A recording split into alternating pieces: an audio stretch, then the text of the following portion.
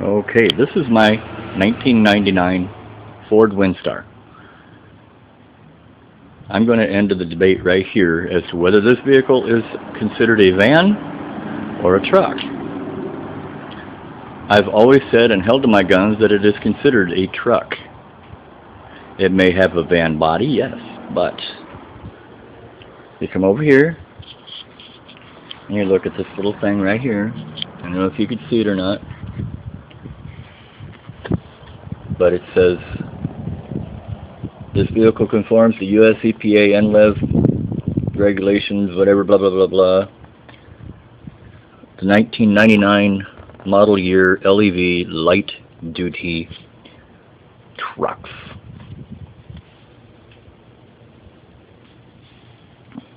So it is considered a truck.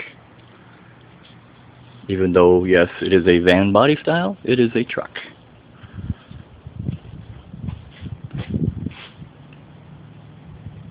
So that ends the debate right there.